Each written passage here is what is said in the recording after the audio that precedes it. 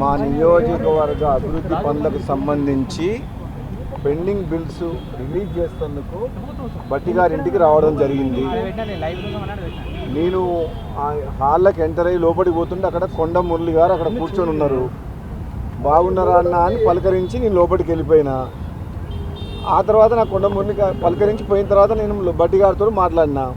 ఆ తర్వాత కొండ మురళి గారు ఆయన కలిసి వెళ్ళిపోయారు అనుకుంటా. నేను వచ్చిన పని రాజకీయాలకు సంబంధం లేదు. ఈరోజు కొండ మురళికి సంబంధం లేదు.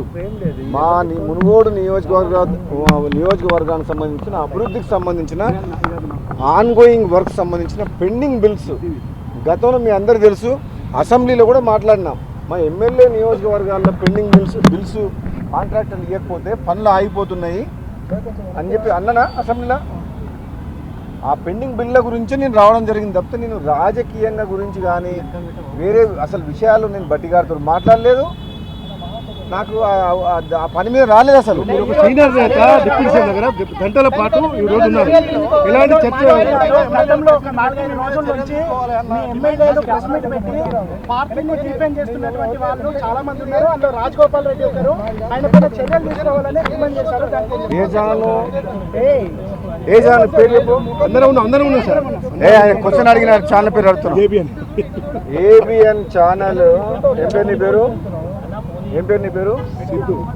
ఏబిఎన్ ఛానల్ కొంచెం ఉల్టా సీదా కథనాలు పెడుతుంది. కొంచెం కొండా సురేఖను, కొండా సుష్మితని, రాజగోపాల్ రెడ్డిని కలిపి కూడా మీరు ఒక స్టోరీ ప్లే చేసిండ్రు. ముఖ్యంగా ఏబిఎన్ ఛానల్,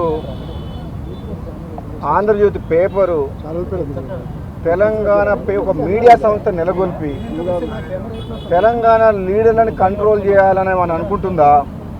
అది మీ మూర్ఖత్వం. నాలాంటి వ్యక్తి మీద కథనం ప్రసారం చేయాలంటే 1కి 100 సార్లు ఆలోచించండి. మీకు టీవీ ఛానల్ ఉంది కదా అని, పేపర్ ఉంది కానీ ఏబిఎన్ ఛానల్ లాంటి వాళ్ళు ఏది పడితే అది కథనాలు పెడితే మర్యాద ఉండదు, మర్యాద దక్కదు కూడా అని చెప్తున్నా. మరోసారి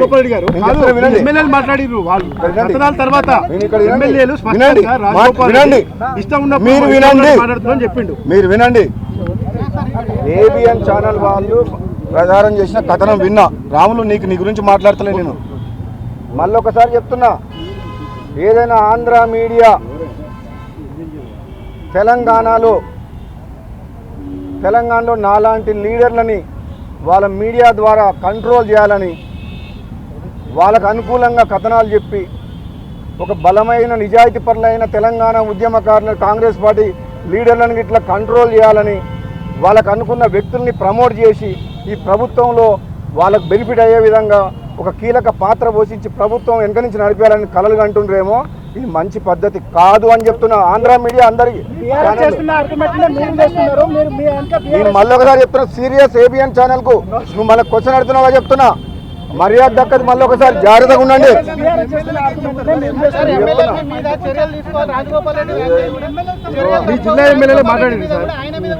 ఇది ఒక విషయం మళ్ళీ ఒకసారి చెప్తున్నా, నేను ఎక్కడ కూడా పార్టీకి వ్యతిరేకంగా, ముఖ్యమంత్రికి వ్యతిరేకంగా, ఒక వ్యక్తులకు వ్యతిరేకంగా ఎక్కడ కూడా నేను ఎప్పుడు మాట్లాడలేదు, విమర్శించలేదు. కొన్ని సందర్భాల్లో నిజమైన కాంగ్రెస్ పార్టీ కార్యకర్తలకు అక్కడక్కడ ఎన్నికలప్పుడు వచ్చిన ఇతర పార్టీ వచ్చిన వాళ్ళకు టికెట్లు ఇవ్వడం వల్ల గెలిచిన తర్వాత వాళ్ళు నిజమైన కార్యకర్తలకు, నిజమైన కాంగ్రెస్ పార్టీ గెలిపించిన కార్యకర్తలకు అన్యాయం చేస్తుండ్రు. వాళ్ళని కాపాడుకోవాల్సిన బాధ్యత కాంగ్రెస్ పార్టీ రాష్ట్ర నాయకత్వం మీద, నాలాంటి వ్యక్తుల మీద, అధిష్టానం మీద ఉంది అని చెప్పిన. నెంబర్ 1. నెంబర్ 2, ఈరోజు ఏదైనా ఎప్పుడైనా ఏదైనా మాట్లాడినా సరే నేను కాంగ్రెస్ పార్టీ సైనికునిగా రాహుల్ గాంధీ గారు ప్రధానమంత్రి కావడమే మా ఏకైక లక్ష్యం. కాంగ్రెస్ పార్టీని రాహుల్ గాంధీ గారి నాయకత్వంలో బలోపేతం చేసి రెండోసారి అధికారంలోకి తీసుకురావడమే మా ఏకైక లక్ష్యం. ఆ లక్ష్యం వైపు మేము అడుగులు ఉంటాయి, ఆ విధంగా పనిచేస్తాం. కొన్ని సందర్భాల్లో ఏదైనా మాట్లాడినా సరే అది పార్టీ బలోపేతం కోసమే మాట్లాడుతుంది తప్పితే పార్టీని బలహీనపరిచే విధంగా నేను ఎప్పుడు కూడా చేయను.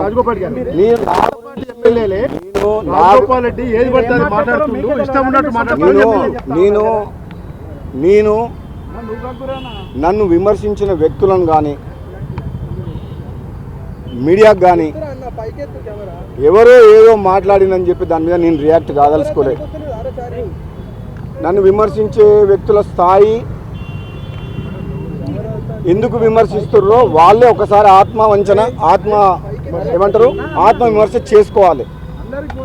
నేను ఒక కాంగ్రెస్ పార్టీ సీనియర్ తెలంగాణ ఉద్యమంలో ఉన్న మనిషిని, ఒక ఎంపీగా, ఎమ్మెల్సీగా, ఎమ్మెల్యేగా 2 పర్యాయాలు పార్లమెంట్ ఇన్ఛార్జ్గా ఎంపీ అభ్యర్థులను గెలిపించిన వ్యక్తిని, కష్టకాలంలో టీఆర్ఎస్ పార్టీకి వ్యతిరేకంగా జిల్లా స్థానిక సంస్థలుగా ఎమ్మెల్సీగా పోరాటం చేసిన మనిషిని, 2018లో అతిరథ మహారథులు కాంగ్రెస్ పార్టీ ఓడిపోయినా సరే గెలిచిన ప్రజలు అభిమానించి ఓట్లేసి గెలిపించిన మునుగోడు ఎమ్మెల్యేని, తెలంగాణలో జరుగుతున్న అవినీతి మీద ప్రజాస్వామ్యాన్ని కూని చేసిన, ప్రతిపక్షం లేకుండా చేసిన కేసీఆర్కు వ్యతిరేకంగా సర్వస్వం దారబోసి ఒక కొట్లాడిన వ్యక్తిని, నా గురించి మాట్లాడే వ్యక్తులు వాళ్ళు ఆత్మ విమర్శ చేసుకోవాలి. రాజగోపాల్ రెడ్డి ఏందని, రాజగోపాల్ రెడ్డి ప్రతి క్షణం ప్రతి నిమిషం తెలంగాణ ప్రజల కోసం, పేద ప్రజల కోసం, నియోజకవర్గం తెలంగాణ అభివృద్ధి కోసం మాట్లాడే వ్యక్తిని, అవినీతి కోసం తాపత్రయ వ్యక్తిని, మానవతా దృక్పథంతో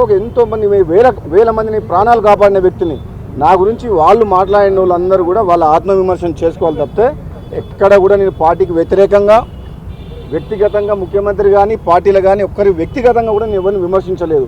నేను వచ్చిన పని ఏంటంటే బట్టి గారికి మా నియోజకవర్గ అభివృద్ధి నిధుల గురించి వచ్చిన, మళ్ళీ కూడా చెప్తున్నా సోదర ఏబిఎన్ రాధాకృష్ణ గారికి చెప్పు,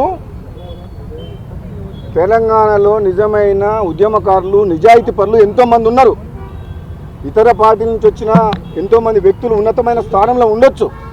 అంత మాత్రాన నిజాయితీకి నిలుటద్దంలాగా ఉద్యమంలో పార్లమెంట్లో పోరాటం చేసి కొట్లాడిన వ్యక్తులం అసలైన కాంగ్రెస్ పార్టీ రక్తం మాది.